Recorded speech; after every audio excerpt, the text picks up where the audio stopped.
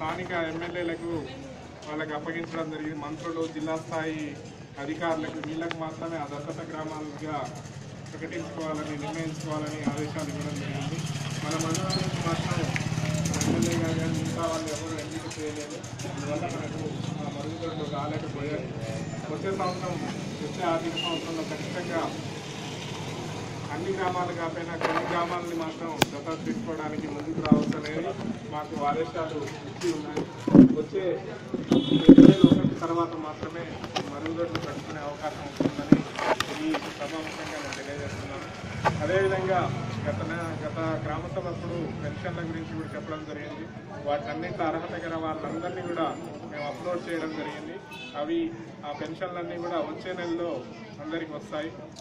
అదేవిధంగా ఇంకా ఇండ్ల సమస్య గురించి చెప్పారు.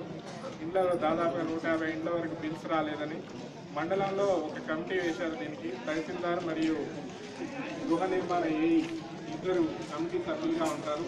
ఆ కమిటీ సభ్యులు ఆ ఇండ్లు ఏమేమి కట్టుకున్నారు, ఏ లిస్టులో ఉన్నాయి పరిశీలించి వాళ్ళు సిఫార్సు చేసిన ఇండ్లకు మాత్రమే బిల్స్ వస్తాయని మన ప్రభుత్వ సర్కులర్ రూపంలో రావడం జరిగింది. అదేవిధంగా అటువంటి ఏమైనా ఉంటే మళ్ళీ కూడా మండల కమిటీ తహసీల్దార్ గారి వారికి పంపించవలసిందిగా నేను కోరుతున్నాను. అదేవిధంగా ఈ గ్రామజ్యోతి కార్యక్రమంలో ప్రజలందరూ మరియు కమిటీ సభ్యులందరూ కూడా ఈ అభివృద్ధి పదంలో ముందుంచడానికి ప్రయత్నం చేయవలసిందిగా కోరుకుంటూ, అదేవిధంగా మన గ్రామ పంచాయతీలో పన్నులు కూడా అన్ని మండలాల్లో మొత్తం ఉన్నాయి సార్. మన కాంచి నివేదిక ఒక్క శ్రీరాంపురం నుంచే పంపించారు. మీరు మండలానికి వస్తే ఒకసారి తహసీల్దార్ని మన ఎంపీడీఓ ద్వారా కూడా కలిసి ఒకసారి మాట్లాడదాం. అన్నీ చర్చించి ప్రతి సోమవారం రోజు కూడా మండల స్థాయి అధికారులందరూ కూడా మా ఆఫీస్లోనే మీటింగ్ అవుతారు.